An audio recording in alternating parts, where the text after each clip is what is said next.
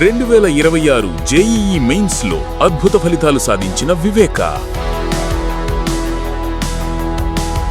Andhra Paris తెనాలిలో అధునాతన హంగులతో మీకు స్వాగతం పలుకుతోంది ఈ కన్వెన్షన్. వెడ్డింగ్స్, రిసెప్షన్స్, ఎంగేజ్మెంట్స్, కాన్ఫరెన్స్లు, సెమినార్స్ మరియు అన్ని రకాల ఫంక్షన్లకు అనువైన వేదిక. ఈ convention function hall AC, RTC bus stand out gate ఎదురు, తెనాలి.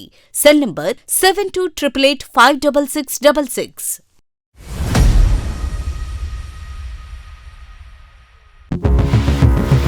ఎవరన్నా శుక్రవారం వచ్చిన వాళ్ళు ఏమైనా డిమాండ్ చేశారా? గతంలో కూడా మమ్మల్ని పిలిచి మాట్లాడినప్పుడు కూడా నేను ఇదే చెప్పాను.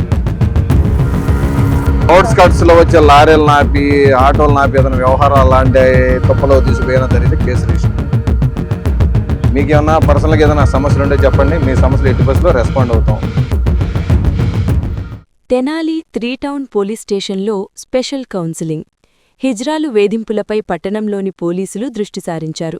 ముఖ్యంగా వీధి వ్యాపారులను, వాహన చోదకులను టార్గెట్ చేస్తూ హిజ్రాలు అక్రమంగా వసూళ్లకు పాల్పడుతున్నారని, డబ్బులు ఇవ్వని వ్యాపారులపై తీవ్ర పదజాలంతో దూషిస్తున్నారని, వారి పట్ల వింతగా ప్రవర్తిస్తున్నట్లు పోలీసుల దృష్టికి వచ్చిందన్నారు.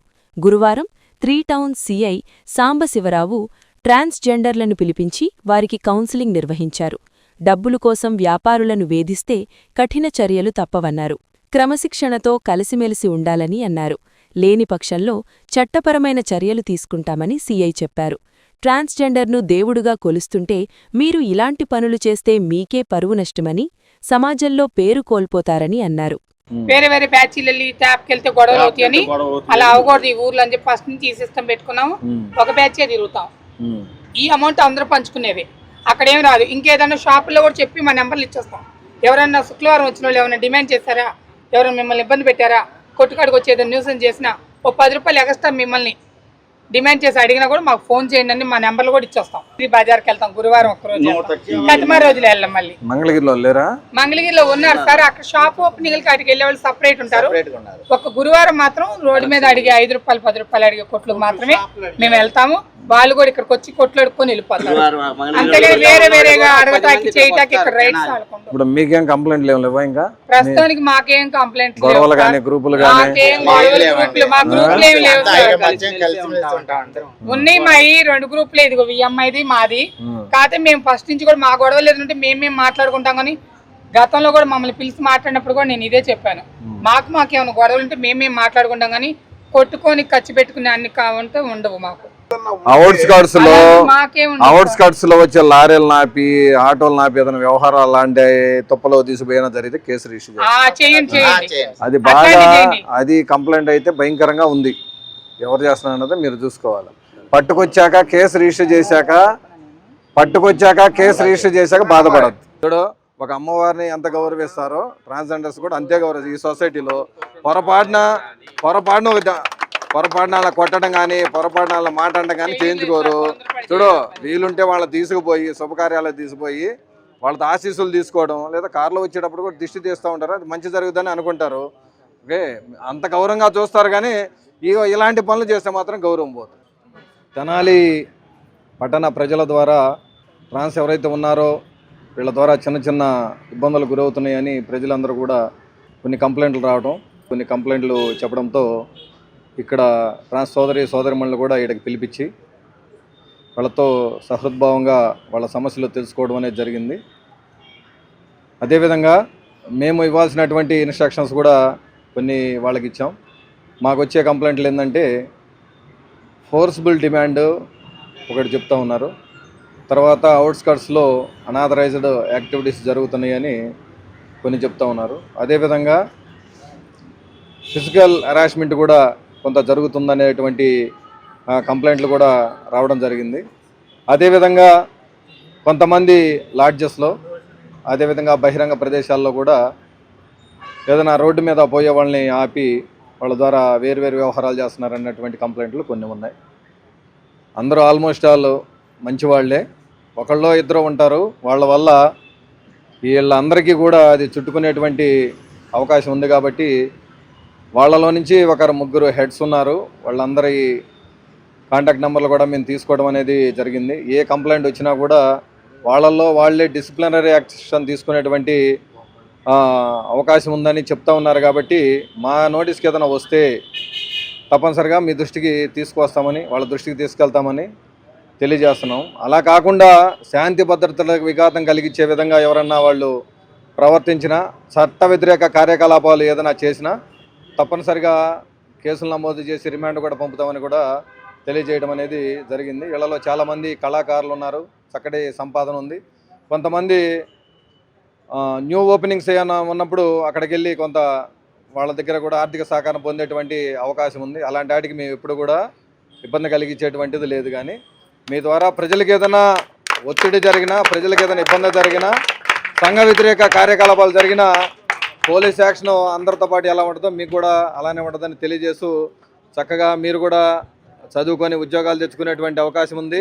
అదేవిధంగా రాజకీయ రంగంలో కూడా బ్రహ్మాండంగా ఎమ్మెల్యేలు, ఎంపీలు అవుతూ ఉన్నారు. కాబట్టి ఆ యాంగిల్లో మీ పిల్లలను కూడా బాగా చదివించుకొని ప్రయోజకుల్ని చేసుకోవాలని కోరుతూ, మీ దగ్గర మీ ఏరియాలో ఏదైనా అసాంఘిక కార్యకలాపాలు జరుగుతున్నా, మీ దృష్టికి ఏదైనా సంఘ వ్యతిరేక కార్యకలాపాలు వచ్చినా మీకు వాట్సాప్ గ్రూప్ తయారు చేస్తున్నాం. కాబట్టి ఆ వాట్సాప్ గ్రూప్లో మాకు సమాచారం ఇవ్వాలని వీళ్ళందరినీ కూడా అభ్యర్థిస్తూ ఉన్నాం, రిక్వెస్ట్ చేస్తూ ఉన్నాం.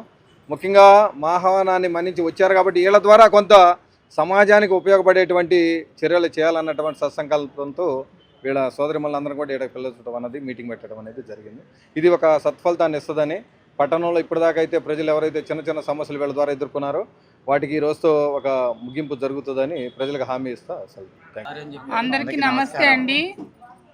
నేను తెనాలి 3 టౌన్ పరిధిలో ఉండే ట్రాన్స్జెండర్ని. నా పేరు ప్రీతి అండి. అయితే సార్ గారు ఇవాళ మమ్మల్ని పిలిపించారు. ఈ ఏరియాకి సంబంధించిన ట్రాన్స్జెండర్స్ ఎంతమైతే ఉన్నారో అందరిని కూడా రమ్మన్నారు. ఏంటో కనుక్కున్నామంటే సార్ చాలా మంచిగా మాకేమైనా ప్రాబ్లమ్స్ ఉన్నాయా లేదా అని చెప్పేసి మా గురించి అన్నీ కనుక్కొని, మాలో కూడా కొంతమంది చిన్న తప్పులు చేసే వాళ్ళు ఉన్నారు, అవన్నీ కూడా సరి చేసుకోండి అమ్మా. ఎందుకంటే అన్ని ఊర్లలో ఎలాగైతే జరుగుతుందో అలా జరగకూడదు. మన ఊర్లో మన స్టేషన్ పరిధిలో ఉన్న ట్రాన్స్జెండర్ కూడా ఇప్పుడు దాకా కూడా అయితే మంచి కంప్లైంట్లు అంటే చెడుగా ఏం లేవు, కొద్ది చిన్నవి ఉన్నాయి, అవి కూడా కరెక్ట్ చేసుకోవాలని చెప్పి మమ్మల్ని కేకేసి మాకు చాలా అర్థమయ్యేటట్టు మాకు వివరంగా అన్నీ కూడా సార్ గారు చెప్పడం జరిగింది. దానికి మేము సహకరిస్తున్నాము. అలాగే మా ట్రాన్స్ కమ్యూనిటీ మొత్తం కూడా ఇదిగోండి, పెద్దోళ్ళు ఉన్నారు, చిన్నోళ్ళు ఉన్నారు, అందరం కూడా మేము ఎప్పుడు కూడా చట్టానికి వ్యతిరేకంగా వెళ్ళేవాళ్ళం కాదు. చట్టం ఎలా చెప్తే అలా నడుచుకునే వాళ్ళమే. కాదు కొంతమంది అందరూ కరెక్ట్గా ఉండరు, కొంతమంది ఎక్కడో ఒకళ్ళు ఉంటారు. ఆ ఒకళ్ళిద్దరుగా ఏదైనా తప్పు చేసి దాన్ని మేము కనెక్ట్ చేస్తాము. ఏదైనా ప్రాబ్లం ఉన్నా కూడా మా వాటికి మేము సెటిల్ చేసుకుంటాం. మాకు మించి ఏదైనా జరిగితే మేము సార్కి చెప్తాము. ఆ తర్వాత చట్టపరంగా ఏ రకమైన చర్య అయినా సరే వారు తీసుకోవడానికి మేము అవకాశం ఇస్తాము. ఓకేనా సార్? అందరికీ థ్యాంక్ యూ. జీవనోపాధి ఏంటంటే ఓన్లీ ట్రాన్స్జెండర్కి భిక్షాటన మీదే ఉంది. కాబట్టి మీరు కూడా చూసి చూడనట్టు కొద్దిగా వదిలేస్తూ ఉండాలి. ఎందుకంటే ఇది తప్పితే వేరే ఆధారం లేదు. ఇంకా ముందు రోజుల్లో ప్రభుత్వ పరంగా ఏదైనా ఉద్యోగాలు కల్పించి సొసైటీలో ముందుకెళ్లే రోజులు ఇప్పుడు చాలా వాటి జరుగుతున్నాయి. అవి ఇంకా జరగాల్సి చాలా ఉంది. ఎందుకంటే 10% అంటే చదువుకున్న వాళ్ళు ఉన్నారండి. కదమా 90% మంది చదువుకున్న వాళ్ళు లేరు. అందరూ ఉద్యోగాలు చేయాలంటే చేయలేరు. ఎందుకంటే వయసు అయిపోయిన వాళ్ళు ఉన్నాము, వయసులో ఉన్నోళ్ళు ఉన్నారు. ఇప్పుడు ఏజ్లో ఉన్న చిన్న పిల్లలను కూడా ఇలాంటి వాళ్ళు జాబ్ చేయగలుగుతారు. ఇప్పుడు మా వయసు అయిపోయింది, మేము ఏదో ఆకారానికి అలాగ ఉన్నాం, కానీ మా దగ్గర ఓపిక లేదు. ఇలాంటి పెద్దవాళ్ళు ఉన్నారు, ముసలోళ్ళు, అలాంటి వాళ్ళు ఏం పనులు చేయలేము, మోకాళ్ళు పని చేయట్లేదు. ఎందుకంటే చిన్నప్పటి నుంచి భిక్షాటం చేసుకొని తిరిగి కొట్లెక్కి తిరిగి మోకాళ్ళు అరిగిపోయినాయి. ఏ పని చేయాలి? అలాంటి వాళ్ళు కూడా దృష్టిలో పెట్టుకొని భిక్షాటం తప్పితే ఇంకొక అవకాశం లేదు. కాబట్టి ఏదైనా అవకాశం వచ్చిందాక ప్రజలు కూడా ఆదరించాలి. ఇప్పటిదాకా తెనాలి ప్రజలు అందరూ కూడా మమ్మల్ని ఆదరించారు. వాళ్ళు చూపే జాలి దయతో మేమందరం చక్కగా బతుకుతున్నాము. ఇక ముందు కూడా వాళ్ళందరి సహకారం మాకు ఉండాలి. అలాగే మా ట్రాన్స్ వల్ల ఏదైనా ఇబ్బంది కలిగినా కూడా మాకు ఒక చిన్న మాట చెప్తే, మేము పెద్దవాళ్ళు ఉన్నాం కొంతమంది, వాళ్ళందరం కలిసి అలాంటి ఉన్న ప్రాబ్లమ్స్ ఉన్నా కూడా అవి కరెక్ట్ చేస్తాం. మేము ఎటువంటి న్యూసెన్స్ జరగకుండా, స్టేషన్ పరిధిలోకి మా మీద ఎటువంటి కంప్లైంట్ రాకుండా, మేము చట్టానికి వ్యతిరేకంగా వెళ్లకుండా, చట్టానికి సంబంధించిన ఏవైతే న్యాయమైన పద్ధతులు ఉన్నాయో అలాంటి పద్ధతుల్లోనే మేము వెళ్తాము. వాళ్ళు ఎట్లా పరిస్థితుల్లో మమ్మల్ని పిలిచినా కూడా వాళ్ళకి సహకరిస్తాము.